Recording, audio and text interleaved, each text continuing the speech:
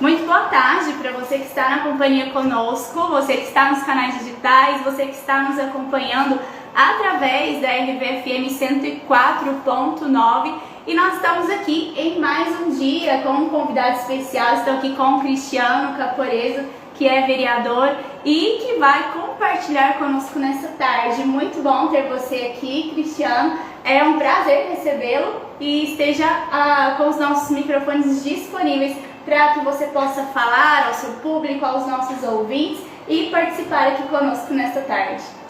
Muito obrigado pelo convite, Suza. Boa tarde para o pessoal aí, os ouvintes da Rádio RVFM.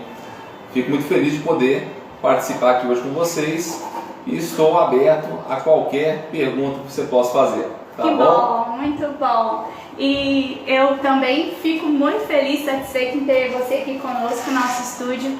E durante toda essa semana, Cristiano, a gente estava conversando um pouquinho aqui, mas eu vim trazendo algumas informações para o nosso público, falando da importância que é viver em sociedade, que é ter o entendimento o conceito de viver em comunidade, de entender a importância do respeito mútuo, de saber lidar com as pessoas. E eu queria que a gente compartilhasse um pouco. Mas para a gente começar, eu quero que você se apresente. Quem é o Cristiano? Qual que é a sua formação, sua família, para que as pessoas te conheçam também. Bem, Cristiano Caporeso é o esposo da dona Jane, o pai da Sofia e do Vincenzo, e de um terceiro que está na barriga agora, minha esposa está grávida. Que bênção, filha bênção.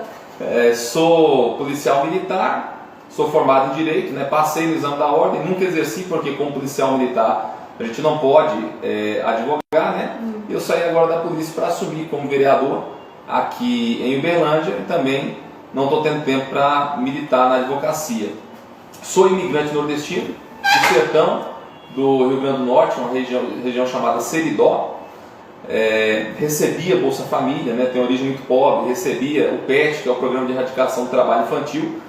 Época em que eu aprendi a ter realmente nojo da esquerda, raiva demais da esquerda, porque eram programas que serviam, claro, para ajudar as pessoas, mas que tinham um cunho de curral eleitoral muito pesado. Quem faz o controle do Bolsa Família são as prefeituras.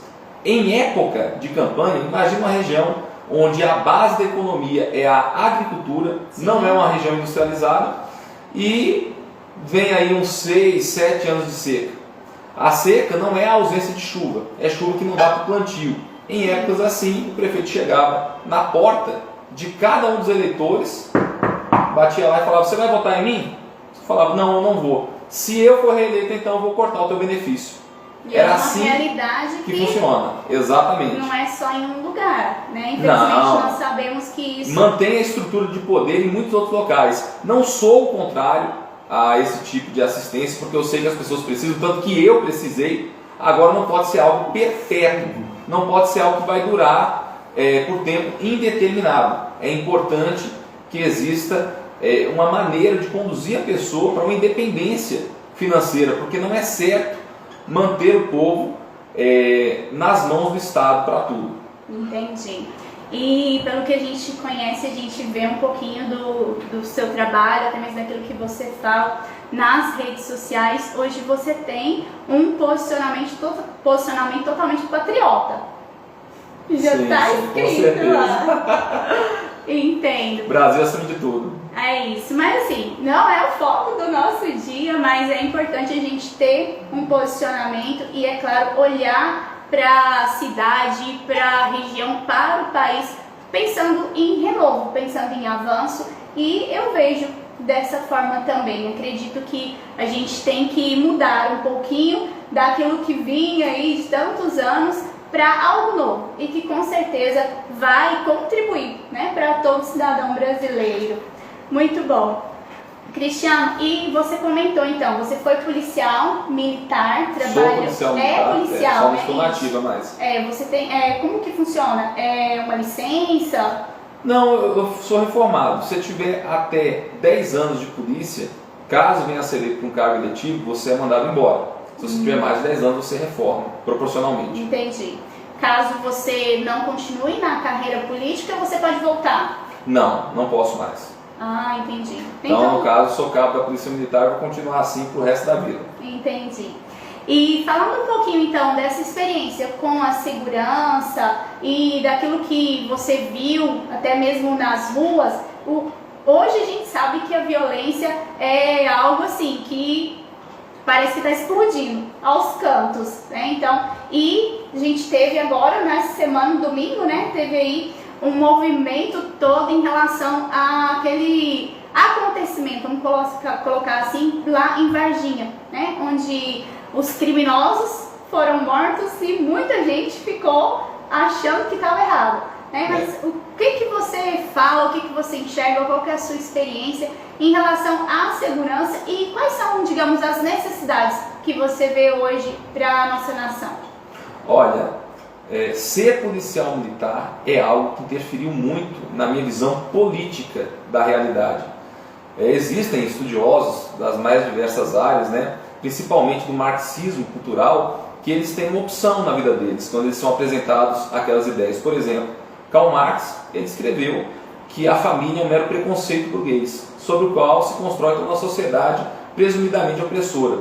O jovem, quando ele é exposto a uma informação assim, ele tem a opção de acreditar no que está lendo ou naquilo que ele vive dentro da casa dele. Sim. Então, se ele tiver uma família bem estruturada, a tendência é que ele não acredite. Mas caso ele venha acreditar, então ele vai estar abrindo mão da própria vida, daquilo que ele vive, para acreditar na ideologia. Como policial, eu sei muito bem o tipo de mentalidade que acaba servindo como combustível para o crime. Sim. Eu sei o que eu vejo nas ruas, né? O pessoal fala que a polícia no Brasil é racista. Tive muitos comandantes negros, né? E o policial no Brasil só enxerga duas cores: o vermelho do sangue e o caque da farda. Entendi. Outra cor para a gente não tem. Então eu poderia acreditar no que eu estava aprendendo na faculdade de Direito, através de alguns professores esquerdistas que eu tive, ou do que eu vivia ali na minha atividade policial. O que aconteceu em Varginha é algo realmente positivo para a nossa sociedade. Sim. O novo cangaço é terrível, toca um terror aonde quer que vá, sempre utiliza pessoas como escudo humano. Nós vimos, né? Isso acontecendo há pouco tempo. Diversas vezes. Quantas pessoas já não morreram Sim. diante da ação do novo cangaço? Eu mesmo, como policial militar, já peguei 5 situações de assalto à caixa eletrônica. Em uma delas quase fui feito refém. Eles foram até o quartel para poder render a nossa guarnição. Eram só 2 que estávamos em serviço no dia. E quis Deus colocar a mão que eu saísse do quartel naquele momento em que eles estavam chegando. Então o carro deles, que era a caminhonete, estava virando a esquina, e quando eu vi, eu suspeitei, porque a gente tinha relato que poderia ter uma ação na região. Coloquei a mão na arma, saquei, e isso fez com que eles mudassem o trajeto. Aí, ao invés de nos render no quartel, eles foram direto para o banco, né, o Banco do Bradesco, na cidade de Munhoz, explodiram o local. Isso foi quando? Olha, 2016, provavelmente. Entendi. A data correta eu não me lembro. Uhum. Então, assim, quem defende vagabundo armado é porque nunca esteve refém de alguém assim. E são pessoas que colocam a vida do próximo em risco por causa de dinheiro, né? São pessoas supérfluas. Sim, sim. Então, eu parabenizo a Polícia Militar pela excelente ação, né? São 26 vagabundos que o STF não vai mais colocar em liberdade, porque não vão ter essa opção. E realmente, se tivéssemos mais ações como essa, o novo cangaço diminuiria significativamente. Teve aí, né, pessoas defensoras dos direitos dos humanos, porque eu me recuso a chamar isso de direitos humanos, que falaram assim: nossa, mas essa ação não vai mais inibir a ação de outros que estejam praticando o novo cangaço. O certo, uma pessoa que comenta algo assim pensa que algum membro de quadrilha só age em uma única cidade.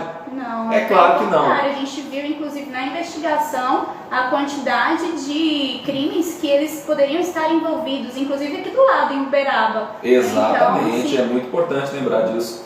Outra questão que me influenciou muito dentro da política, o fato de eu ser policial militar e a minha origem pobre também. Uma coisa que a esquerda sempre fala: o bandido roubou um tênis Nike porque ele não tinha dinheiro para comprar. Vincula o pobre à falta de vergonha na cara. Não, minha mãe, que sempre foi pobre então, não pôde me dar uma boa educação, não pôde falar: meu filho, jamais um único centavo que não seja seu, Sim. como ela me ensinou. Por quê? Não, já que eu sou pobre eu posso roubar, porque eu tenho uma autorização ideológica para praticar o mal. Isso não existe. Os maiores bandidos do nosso país são pessoas de boa condição financeira e que agem de terno e gravata. O pobre não é bandido. Bandido é quem não tem valores, quem não tem respeito pelo próximo. E se a gente for pensar nisso, em questão de segurança mesmo, nós sabemos, ontem eu trouxe aqui um estudo falando que já é visível a questão do individualismo. Por quê? A base da sociedade é a família, né? Então nós temos que onde que uma criança cresce? Ela cresce dentro de uma família, ela nasce dentro de uma família. E que hoje o que acontece? Essa questão do individualismo, de falar que a pessoa pode fazer o que vier na telha, aquilo que ela pensa, sem pensar no próximo, sem ter um conhecimento a nível de, um entendimento, digamos assim, a nível de sociedade, de vida, sabe, em comunidade, faz com que ele tenha atitudes dessa forma, porque ele está pensando nele. Sim. Em primeiro e em último lugar. Então, às vezes as pessoas, às vezes não, em grande parte a pessoa está ali olhando para aquilo que ela quer ou até onde que ela quer chegar e esquece de enxergar que existem pessoas que, querendo ou não, estarão envolvidas com aquilo, que podem ser prejudicadas, né, e que vão sofrer alguma coisa em relação à atitude que ele tomar. Então, quando eu penso e falo, até mesmo entendendo o que é a segurança pública hoje, falta muito conhecimento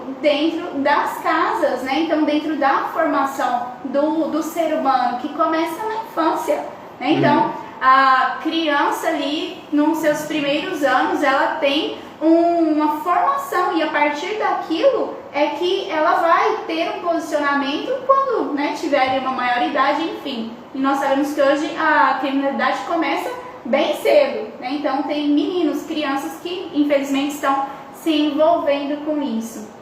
Mas eu vejo que tudo está voltado para a formação. Então você até deu exemplo, né? Então não é porque você tem uma origem simples, não é porque às vezes você não teve acesso a uma escolaridade melhor que você tem o direito de fazer aquilo que não é certo. Né? Sim, exatamente. E infelizmente a gente vê que isso hoje é como se fosse uma regra, né? Então as pessoas olham dessa forma e, querendo ou não, situações, partes da nossa legislação acabam favorecendo, né? Então, esse tipo de atitude. E então, falando um pouquinho mais, vamos fazer algo, digamos, um pouco amplo, até mesmo para a gente te conhecer mais, para a gente entender um pouco da sua visão. Em termos, né, olhando para esse sentido de segurança, de formação de pessoas, como que você tem visto hoje isso no olhar de vereador? Como um legislador, como alguém que está à frente para, digamos, defender ou auxiliar a sociedade? Olha, primeiramente em relação à questão de valores, eu acredito que nos próximos anos existirá um aumento significativo da criminalidade. Não por culpa do Estado na hora de combater o crime, mas por uma questão cultural. Hoje eu percebo uma coisa que na minha infância era algo inimaginável. A questão dos filmes. Quando eu era jovem, super-herói era super-herói e vilão era vilão. Sim. Quando a gente assistia um filme que retratasse a sociedade, a gente via muito o policial como herói. Tinha lá o filme do Charles Bronson, Desejo de Matar. Tinha o filme do Dirty Harry, do Clint Eastwood, que era um policial que ia ali, vencia a burocracia e combatia o crime. Hoje, exemplo de filme de heróis, é o Coringa. O Coringa virou super-herói referência.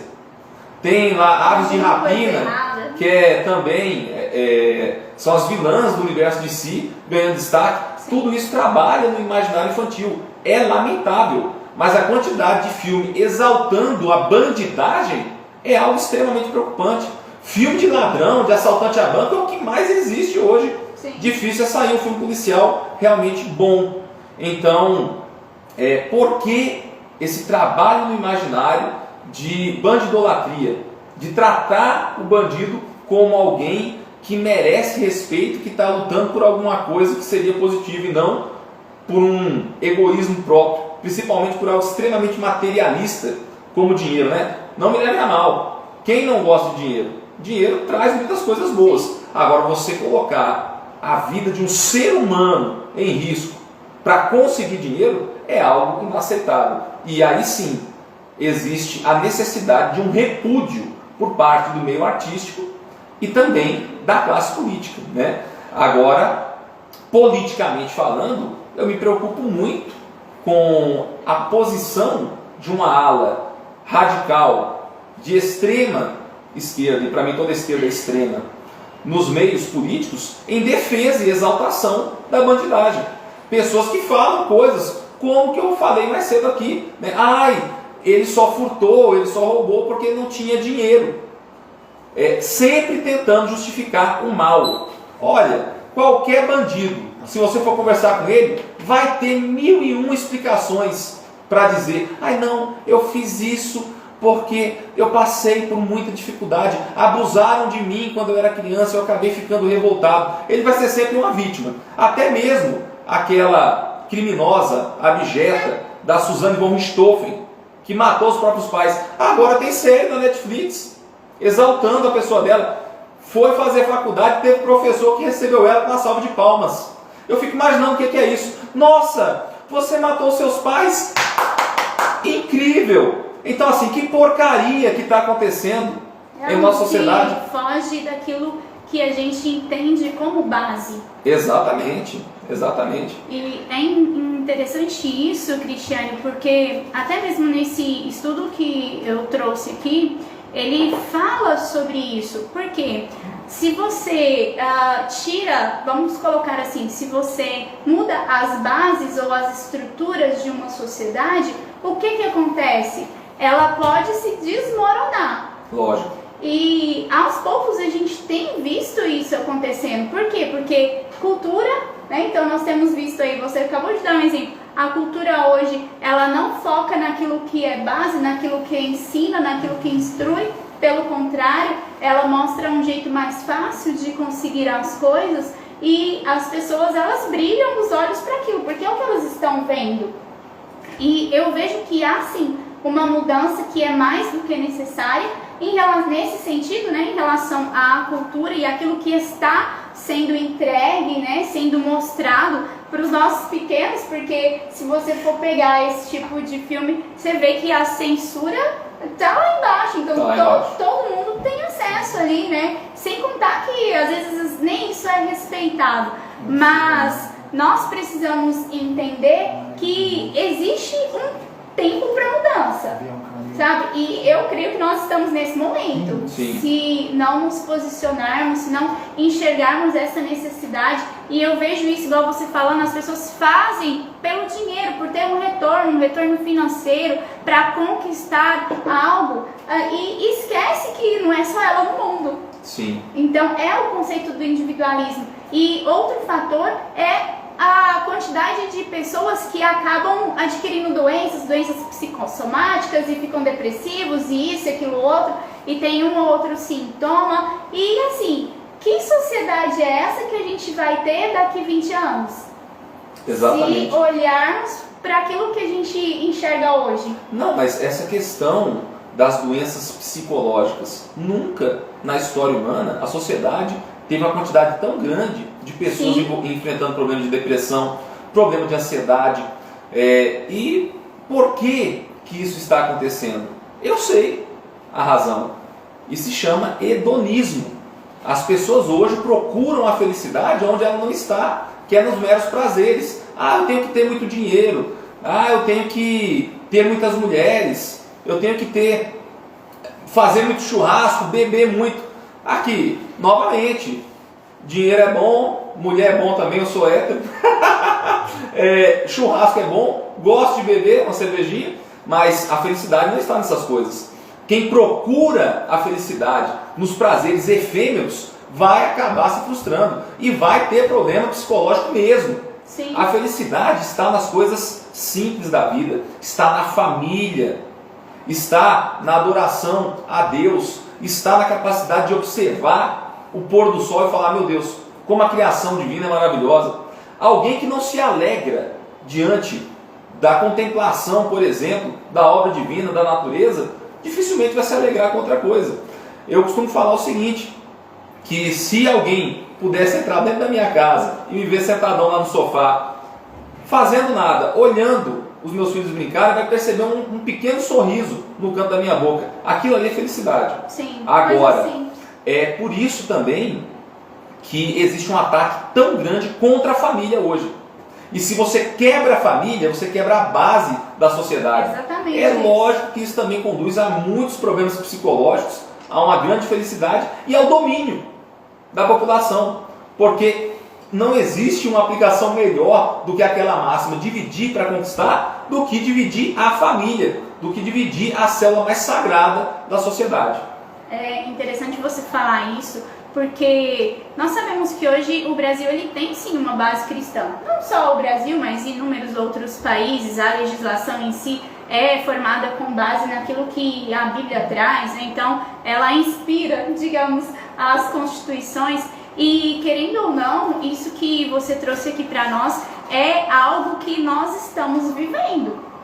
A família, aos poucos, está assim querendo ser desfeita, sabe, querer destruir essa base. E é por isso que eu penso: como que vai ser a sociedade, que estrutura será essa que os nossos filhos vão viver? Como que, se agora a gente enxerga que as pessoas veem uma investigação policial onde a gente sabe que precisou de situações extremas e as pessoas olham para aquilo e ficam questionando dos direitos e disso, daquilo, não indo contra, é claro, mas que cabeça é essa que, digamos, essas pessoas têm e que estrutura elas vão trazer para aqueles que estão sendo formados? Exato. Isso aí é oriundo da relativização do mal. É aquela questão que eu falei do cinema também. A partir do momento que você pega um personagem maligno e você relativiza as posturas dele, dizendo: não, na verdade não é tão mal assim, você vai apagando aquela margem que separa o bem do mal. Hoje em dia, infelizmente, muitas pessoas em seu imaginário já não conseguem mais pensar que existe o mal no mundo. Já acha que faz parte, é normal. Exatamente. Então, assim, tem gente que fala: eu acredito em Deus. Beleza. Você acredita no diabo? Porque não faz sentido você acreditar em Deus e não acreditar no seu opositor. Sim. Então, assim, as pessoas têm que saber entender o que é a prática do mal, o que é a prática do bem. E o mal, ele é injustificável. Nós não podemos procurar justificativas para quem vitima a sociedade. É por isso que eu falo, sem medo de ser criticado. Teve esse caso lá dos 26 criminosos que foram mortos em Varginha. Bandido, armado com fuzil, tem mais é que virar peneira. E ponto final. E a gente tem que entender que existe sim esse posicionamento de saber o que é certo e de saber o que é errado. E querendo ou não, se você pega aí as crianças, se você pega os meninos que tem aquelas brincadeiras de detetive, de polícia e ladrão, ninguém quer ser polícia. Tá esquisito. Então, sabe, que tipo de sociedade é essa que a gente está construindo? Ou, digamos assim, que está sendo desconstruída, sabe? É desconstrução. É desconstruído. Então, a gente precisa enxergar esse ambiente e propor soluções para isso. E não só, digamos, apontar o dedo, ver o que está acontecendo e ficar de braços cruzados e não fazer nada. Acho que pelo contrário, se, por exemplo, eu tomo muito pra mim, eu falo assim, se eu tenho a possibilidade de comunicar, de levar a informação para alguém, uma informação clara, objetiva, sem parcialidade, sabe? Então, eu me coloco nessa posição de ocupar esse lugar. Mas nós vemos que existem pessoas que cruzam os braços quando não fazem aquilo que é errado, né? Exatamente. a gente falando um pouquinho sobre isso, Cristiano, como que tem sido o seu trabalho assim ali na vereança? Você tem buscado algum projeto, apresentado, sabe, propostas nesse sentido de trazer algo novo para o futuro? Olha, eu tenho diversas propostas e é até difícil para mim lembrar de todas, porque, por exemplo, só o Projeto de Deus já tem mais de 20, sempre buscando a defesa da família, a defesa dos valores da família brasileira, a defesa do cristianismo. É importante salientar isso aqui, porque adoram falar o seguinte: o Estado é laico. A maioria das pessoas que fala isso não entende nada a respeito da história da laicidade de Estado. Por exemplo, o Estado laico foi uma invenção cristã.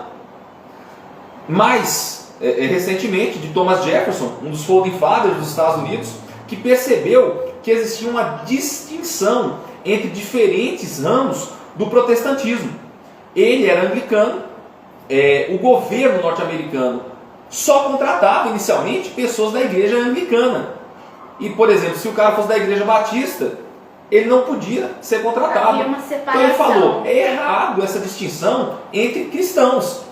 E por isso se criou a ideia de Estado laico. Hoje em dia, ao invés deles pensarem em não fazer distinção entre os cristãos, que foi a origem do laicismo, eles pegam e falam o seguinte: o Estado é ateu. Sim. A gente tem que tirar o crucifixo, a gente tem que tirar a Bíblia de qualquer ambiente público. Que loucura é essa, meu Deus do céu? E o nosso presidente da República, Jair Bolsonaro, já falou diversas vezes uma grande verdade: o Estado pode ser laico, mas o povo é cristão. E mais de 80% do nosso povo é declaradamente cristão. São essas pessoas que devem ser respeitadas. E em uma democracia, é a vontade da maioria que prevalece. Infelizmente, hoje, Sim. nós estamos presenciando uma ditadura de uma minoria barulhenta, que quer justamente destruir os valores da sociedade brasileira, a começar pela família e pelo cristianismo. E você fala sobre isso, a gente tem visto tanto falar sobre ideologias. E algo que eu até pude, e eu quis aprofundar um pouco, até para enxergar tudo isso, é que quando eu, digamos assim, levanto uma bandeira, defendo uma ideologia em si, eu esqueço que você tem a sua opinião, que você tem a sua forma de pensar, e aquilo que eu estou defendendo, eu tomo como papel maior na minha vida, sabe? Esquecendo que nós estamos em sociedade. Então, se estamos em sociedade até hoje, né? Se ainda vivemos em sociedade, precisamos entender que é o que você falou. Às vezes a gente não enxerga no profundo aquilo que está acontecendo, mas é uma democracia? Até onde? Exatamente. É uma democracia, sabe? E nesse sentido, Cristiano, eu vejo que existem sim formas, existem soluções, existem maneiras de trazer o novo, sabe? E por mais que muitos levantam e tentam fazer algo novo, as minorias têm conseguido levantar mais alto, parece, né? Sim. Então, por quê? Existem os lados, né? Então, um lado é mais privilegiado do que o outro. Querendo ou não, isso tem acontecido e é uma realidade que a gente enxerga hoje. E igual você tem defendido tanto, né, questão da família, eu vejo que sim, a família é base, a família é fundamento, é o que a gente precisa lutar e por aquilo que a gente precisa defender. Porque eu penso e olho para aquilo que foi construído até que eu estivesse aqui. Então, você falou agora mesmo, né? Então, 40 anos que eu vivo aqui dessa forma, que eu enxergo uma sociedade e que eu cheguei onde eu estou porque eu fui formada naquilo que os meus pais me ensinaram, naquilo que a cultura me ensinou, naquilo que a escola trouxe para mim, naquilo que eu enxerguei. E a partir de agora, se a gente mudar toda a estrutura que veio nos formando, onde nós vamos chegar? Olha, a esquerda, ela utiliza certas ferramentas psicológicas através das minorias para impor as suas vontades. Eu posso fazer um exemplo aqui com você? Claro. Quantos funcionários negros você tem na sua rádio? A gente não tem funcionários. Você é racista. Como é que você não tem nenhum negro aqui na tua rádio? Nós temos programas. Não, com inúmeros você tem que pastores. contratar. Olha só como é que é. É assim que eles tratam. É verdade. Entendeu? Sim. Então é o seguinte, você se sentiu desconfortável com essa minha postura? Claro. Foi desconfortável para você, não Sim. foi? Sabe por que foi desconfortável? Porque você não é racista. Se você fosse racista, não seria desconfortável. Você não ia ligar. Exatamente. Mas politicamente, a grande maioria das pessoas que estão lá dentro não estão prontas para enfrentar esse tipo de agressão psicológica. Entendeu? Elas não querem ser chamadas de racista porque elas não são. Então já me chamaram de racista, já me chamaram de misógino, já me chamaram de sexista, já me chamaram de tanta coisa, entendeu? Só que eu não me importo, eu sei o que eu sou, eu sei o que eu defendo. Então quando alguém vai lá e me chama de misógino, o que é misógino? É o cara que não gosta de mulheres. Me chamaram de misógino esses dias por quê? Porque eu fui contra um projeto de lei que fala o seguinte, que mulher é toda pessoa que se identifica como mulher. Então, suponhamos aqui que a gente é um casal. Eu vou lá e te cubro na porrada. Tem a Lei Maria da Penha para te proteger. Aí a polícia, eu sou policial, a polícia vem me prender, eu falo, não pode aplicar a Lei Maria da Penha, porque na verdade eu sou uma mulher trans e nós temos uma relação lésbica.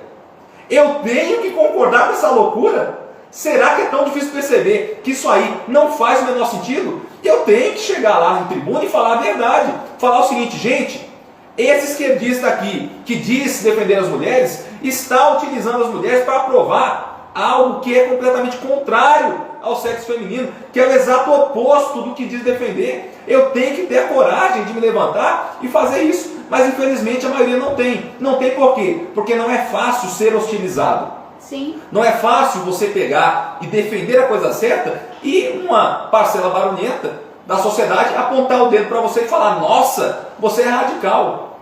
Nossa, o Caporeso é de extrema direita. Se defender a verdade é ser de extrema direita, eu sou da extrema direita mais radical que existe. Entendi. É a parte do posicionamento e que eu falo do respeito que hoje não existe. As pessoas não conseguem respeitar aquilo que elas não são de acordo. E eu olho muito para isso e eu enxergo como isso um desmoronamento da sociedade. Me permita fazer um comentário a respeito disso que você falou. Gosto muito do filósofo Olavo de Carvalho e ele tem uma frase extremamente pertinente a respeito disso.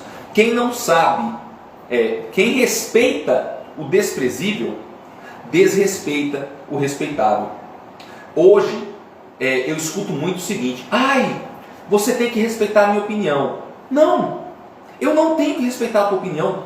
Opinião não é moeda de troca. Não é porque você respeita a mim que eu vou respeitar a tua. Eu tenho que te respeitar como ser humano. Pessoa. Eu tenho que respeitar a Susan. Agora, se você falar uma coisa que é absurdo, que fere, por exemplo, aquilo que eu acredito, eu não tenho que respeitar essa opinião. Hoje em dia as pessoas tomam um ataque a uma opinião como se fosse um ataque pessoal. Como se por discordar daquilo que você fala, eu estivesse discordando de você enquanto ser humano. Não é assim que a coisa funciona. Mas isso também é uma estratégia para destruir a família e para impor os valores globalistas, os valores do neomatusianismo. Tem gente que não gosta de falar isso porque pensa que é teoria da conspiração. Não é. No início da década de 20, Thomas Malthus, ele falou que a Terra estava passando por um problema de superpopulação e que era necessário promover uma diminuição na taxa de natalidade. Alguém duvida que isso está acontecendo? Minha mãe, quando me teve, só conseguiu engravidar aos 40 anos, engravidou depois mais 2 vezes, mas perdeu. Só teve um filho. Ela teve que lutar contra o preconceito da sociedade da época que dizia que filho único não presta. Ela falava, meu filho, você cresça e tenha vergonha na cara, para mostrar para todo mundo da família que filho único dá certo. Entendeu? Hoje em dia, filho único é a regra. Quem tem muitos filhos tem 2. Será que isso aí já não é uma prova de que a família é uma instituição que, apesar de ser sagrada, está infelizmente em decadência? Então, e aí nós precisamos enxergar isso, né? Enquanto as pessoas e enquanto a grande mídia, eu falo isso por fazer parte da classe, né, jornalista, e eu vejo Você é um bom exemplo, Susan. Que bom. Obrigado. Obrigada. Obrigado pelo seu serviço. Então, eu vejo nesse sentido, Cristiano, que as pessoas elas estão defendendo aquilo que elas querem de uma forma pessoal, totalmente individual e não olham para quem está do lado.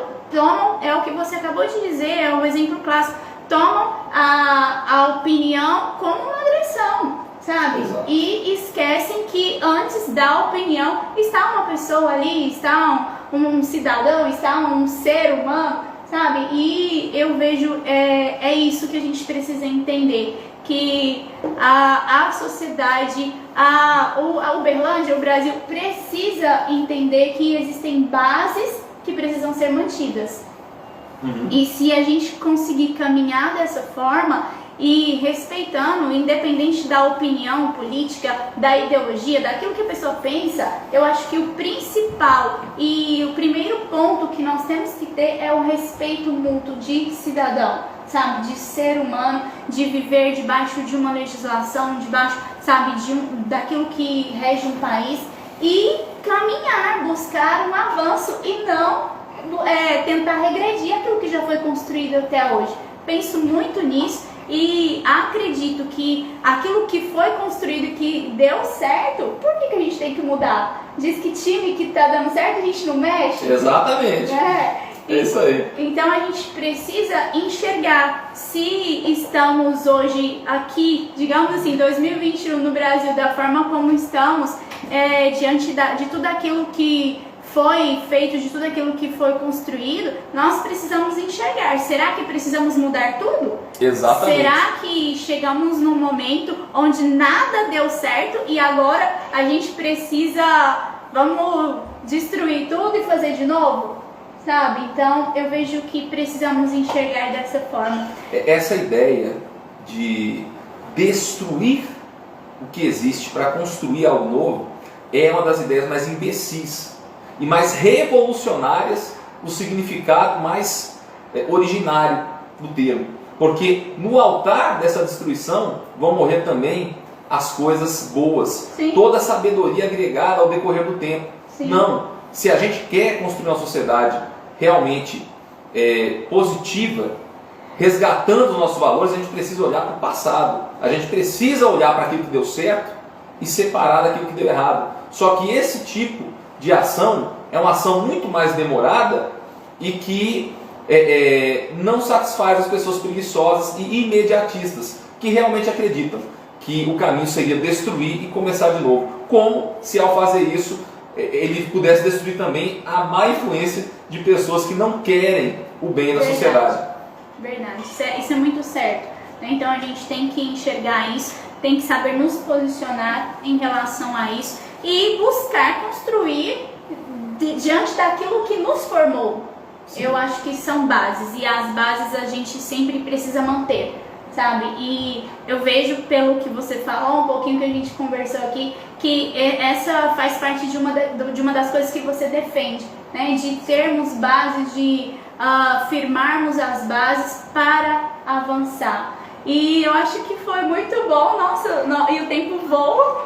Já passou? Não, ainda temos mais alguns minutos. Eu queria que você, sabe, aqui com os nossos microfones abertos, que você falasse um pouquinho do seu trabalho, se quiser colocar os seus contatos aqui, a forma como as pessoas podem, sabe, te encontrarem, até mesmo para que às vezes alguém que esteja vendo, talvez você que está aí nos canais digitais, você que está através do rádio, se você, sabe, quer às vezes uma orientação, se você quer buscar mais informação e até mesmo conhecer um pouquinho do seu trabalho, pode falar para nós aí. Eu vou tentar fazer um resumo, né? Claro. Primeiramente, os meus contatos são nas redes sociais, @caporezodm, Caporezo com 2 E, igual pizza, Caporezzo, e DM é Direita Minas, né?